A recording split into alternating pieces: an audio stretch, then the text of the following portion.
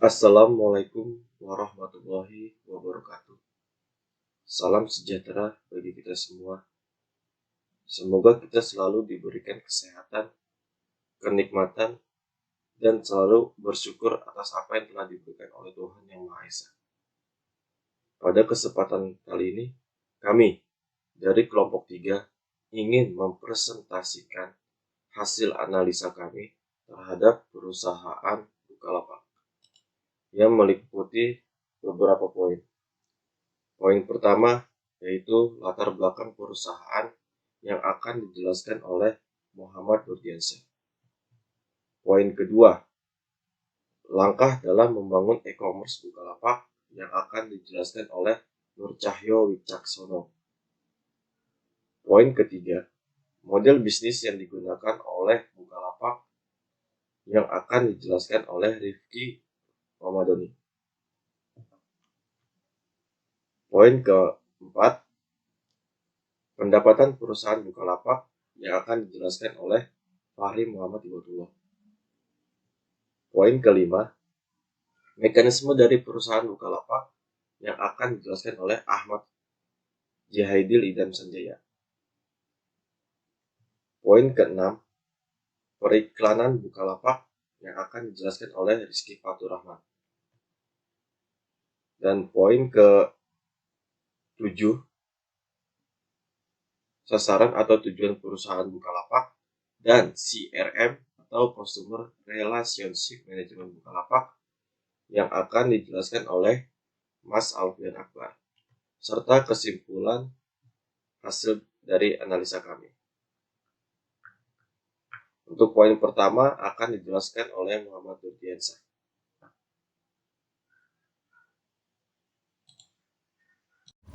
Halo, perkenalkan, nama saya Muhammad Nurdiansyah, NPM 2017 435000593. Di sini saya akan mempresentasikan sebuah latar belakang perusahaan Bukalapak. Jadi Bukalapak itu didirikan pada tanggal 10 Januari 2010 oleh 3 mahasiswa ITB, yaitu Ahmad Zaki, Nugroho Heru Cahyono, dan Fajrin Rashid di sebuah rumah kos semasa berkuliah di Institut Teknologi Bandung. Momentum awal bagi kemajuan Bukalapak itu ketika tren pengguna sepeda lipat melonjak pada tahun 2010. Di saat itu banyak komunitas yang menjual berbagai sepeda dan aksesorisnya dengan harga terjangkau, sehingga meramaikan dan meningkatkan pertumbuhan pengguna di Bukalapak secara signifikan. Jadi Ahmad Zaki ini pada saat dia mendapatkan ilham karena dia melihat kehidupan konsumtif masyarakat Indonesia, dia ingin menciptakan sesuatu yang bermanfaat bagi banyak orang. Dia mengaku kesal dengan aktivitas warga di dunia maya ini hanya bermain-main di sosial media. Jumlah orang yang bermain sosial media itu tidak main-main, dengan 50 juta per hari. Dan dongkolnya, semua aktivitas itu hanya konsumtif belaka. Apalagi ketika dia melihat pelaku usaha mikro, kecil, dan menengah saat itu belum melek pemasaran, manajemen, dan teknologi. Akhirnya pada akhir 2009 bersama teman lamanya Nugroho Heru Cahyono ia merintis startup, yaitu Bukalapak. Disitulah latar belakang Bukalapak. Langkah dalam membangun e-commerce Bukalapak. Ada beberapa langkah-langkah untuk membangun e-commerce pada perusahaan Bukalapak ini adalah sebagai berikut. Yang pertama, menentukan model bisnis yang akan diterapkan di dalam e-commerce. Nah, model bisnis pada perusahaan Bukalapak ini adalah C2C atau consumer to consumer. Di sini saya jelaskan C2C atau consumer to consumer, yaitu e-commerce yang meliputi semua transaksi elektronik, barang atau jasa antar konsumen. Selanjutnya, yang kedua, memiliki visi yang jelas dan tegas. Nah, jajaran direksi dan manajemen memiliki visi yang jelas dan tegas, dan dipahami oleh seluruh perangkat perusahaan untuk menghasilkan kesamaan gerak dalam perkembangan implementasi e-commerce. Visi yang jelas ini diharapkan akan mengurangi berbagai hambatan-hambatan atau resistansi yang mungkin timbul karena tidak didukungnya program tersebut oleh jajaran manajemen atau staf perusahaan yang ada. Yang ketiga, mendefinisikan segmen pasar dan tipe pelanggan yang menjadi target. Nah, langkah ini melakukan koordinasi antara berbagai pihak yang akan membangun sistem e-commerce bersama perusahaan terkait. Pihak tersebut tuh misalnya rekaman bisnis seperti pemasok dan distributor. Tujuannya adalah pengembangan sebuah kerangka kerjasama yang sepakati bersama sehingga dalam perjalanan implementasinya. Selanjutnya, menyusun kebijakan atau peraturan pembelian melalui internet bagi pelanggan. Tahap ini merupakan fase yang cukup sulit. Karena itu diperlukan suatu pemahaman yang baik terhadap apa yang disebut sebagai metode pendekatan sistem atau system thinking. Nah, penggabungan proses bisnis beberapa perusahaan dengan menggunakan kerangka e-commerce tidak sedikit menghubungkan suatu divisi dengan divisi lain dengan menggunakan perangkat telekomunikasi dan komputer. Next, membagi tugas dan tanggung jawab antar berbagai pihak yang bekerja sama. Nah, pemahaman mengenai perilaku ini terdiri dari komponen arsitektur yang terkait dan integrasi yang mutlak yang harus dikuasai oleh mereka yang bertanggung jawab terhadap sistem ini. Mengusulkan pembagian biaya dan keuntungan dari model bisnis baru tersebut dan lain sebagainya. Yang terakhir, memiliki tim manajemen yang handal, pengiriman yang tepat waktu, pelayan yang bagus, struktur organisasi bisnis yang baik, jaringan infrastruktur dan keamanan yang baik, serta desain situs web yang bagus. Supaya apa? Karena tuh biar pelanggan-pelanggan menarik melihat website Bukalapak ini. Di dalam perkembangannya, inisiatif ini akan terjadi dan secara natural akan kembali ke siklus analisa kesempatan e-commerce pada perusahaan Bukalapak ini. Saya akan membahas model yang digunakan di Bukalapak. Model bisnis yang digunakan pada Bukalapak yaitu C2C, Customer to Customer. C2C adalah model bisnis, di mana customer atau pelanggan dapat saling menjual dagangannya kepada satu sama lain. Jadi, dikarenakan di Bukalapak, semua transaksi elektronik barang atau jasa antara konsumen dengan konsumen. Umumnya, transaksi ini dilakukan melalui pihak ketiga yang menyediakan platform online untuk melakukan transaksi secara aman. Bukalapak juga menggunakan model bisnis B2B, business to business. B2B adalah sebuah model penjualan yang dilakukan antara para pelaku bisnis dengan pelaku bisnis lain.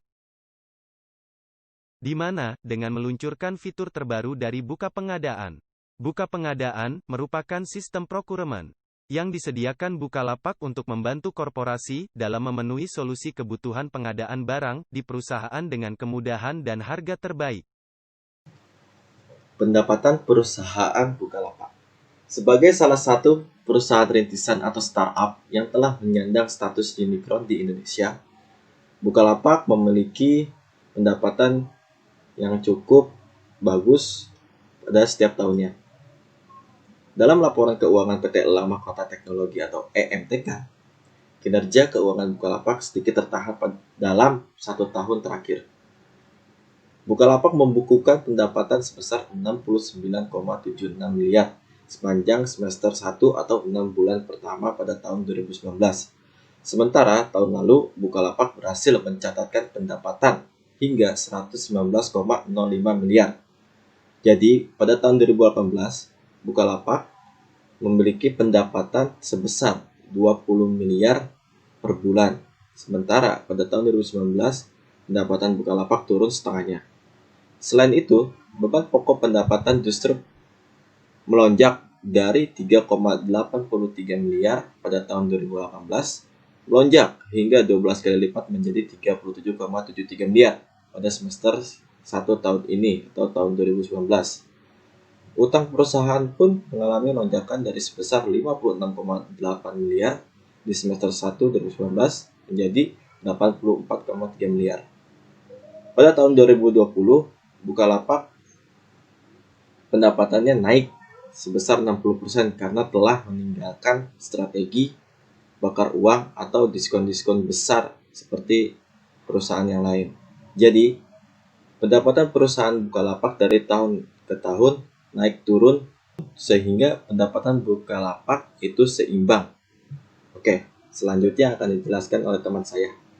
Oke, selanjutnya akan dilanjutkan oleh saya, Ahmad Jihadil, yaitu mekanisme dari perusahaan Bukalapak.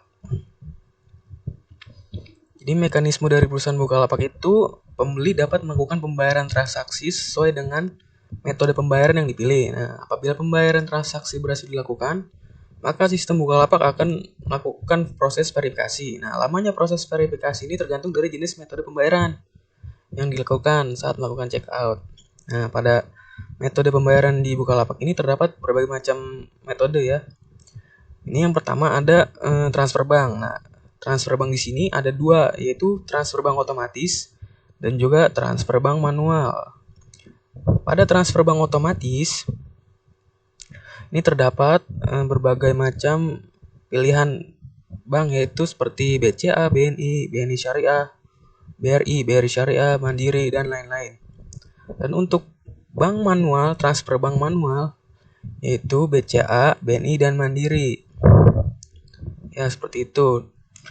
Dan untuk metode pembayaran melalui gerai, ini contohnya melalui Mitra Bukalapak, Indomaret, Alfamaret, Alfamidi, Lawson, dan lain sebagainya. Nah, terus yang ketiga, metode pembayaran Bukalapak yaitu kartu kredit atau debit. Nah, pada kartu kredit atau debit, ini terdapat Visa, Mastercard, JCB, dan American Express. Oke, terdapat empat pilihan yang berada pada kartu kredit atau debit. Dan selanjutnya, yang keempat, itu metode pembayaran internet banking. Pada metode pembayaran internet banking, di sini terdapat BCA ClickPay, Mandiri ClickPay, Link Aja, dan Klim Niaga. Nah, di sini terdapat 4 pilihan di internet banking. Dan yang kelima, metode pembayaran yang kelima, yaitu cicilan tanpa kartu kredit. Cicilan tanpa kartu kredit terdapat 3 pilihan, yaitu Kredivo, Akulaku, dan Home Credit. Dan yang terakhir, yaitu metode pembayaran dengan melalui one click. Nah, di sini one click di sini dia ada sangkut pautnya sama akun BCA ya. Jadi kalau misalkan mempunyai rekening BCA bisa mendaftar melalui one click. Seperti itu. Oke.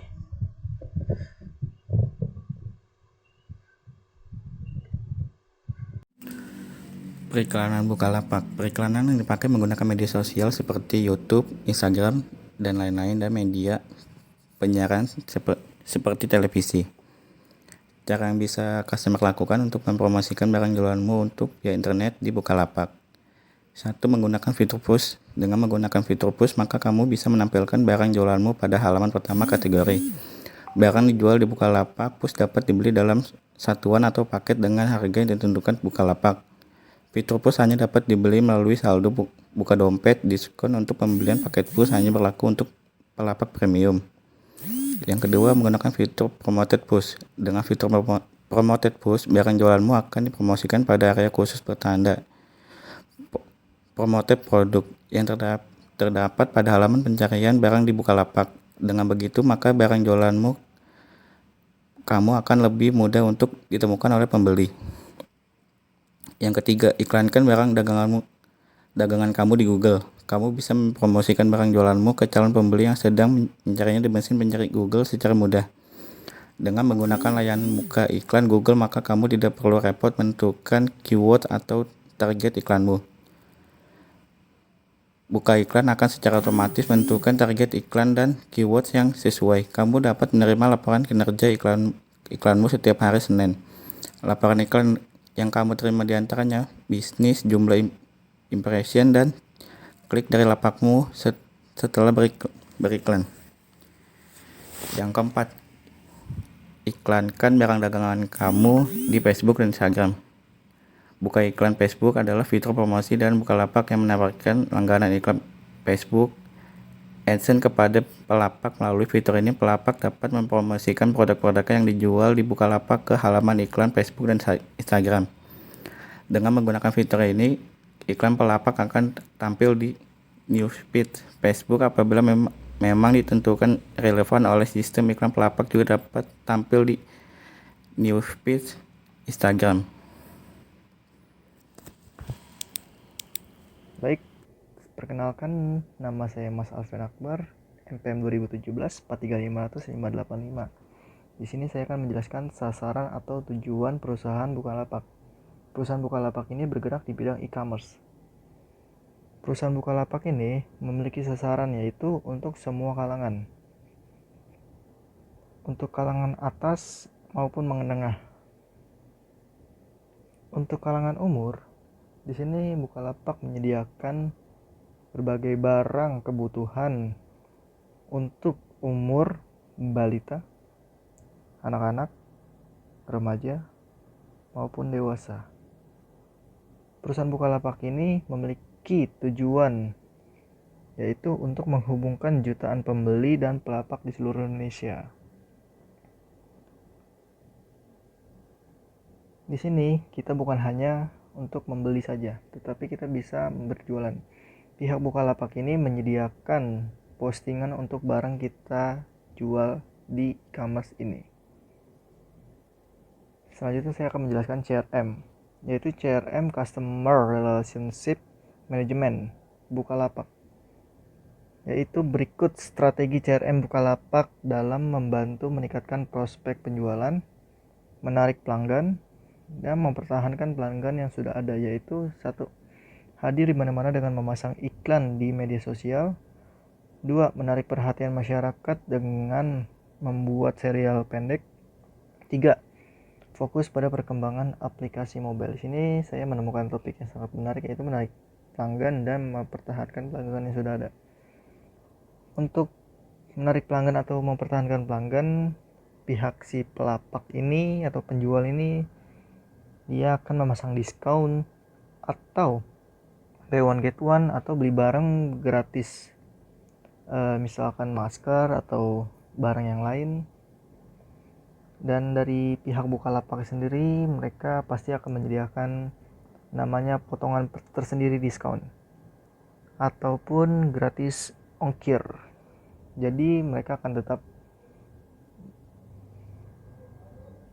memainkan Bukalapak agar tidak berpindah ke e-commerce yang lain.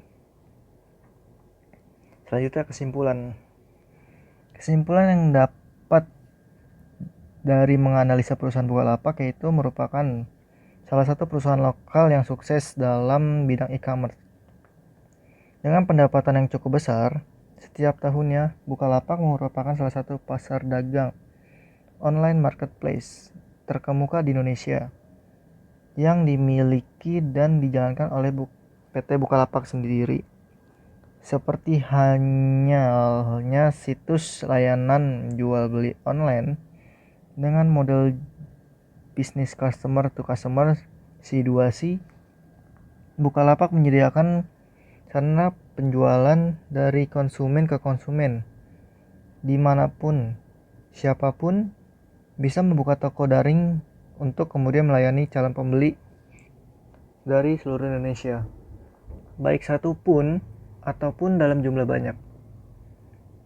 Pengguna perorangan ataupun perusahaan dapat membeli dan menjual produk baik baru maupun bekas, seperti sepeda, ponsel, perlengkapan bayi, gadget, aksesoris, gadget, komputer, tablet, perlengkapan rumah tangga, busana, elektronik, dan lain-lain. Mungkin itu saja yang bisa saya sampaikan dan kelompok saya sampaikan. Kurang lebihnya mohon dimaaf. Wassalamualaikum warahmatullahi wabarakatuh. Terima kasih.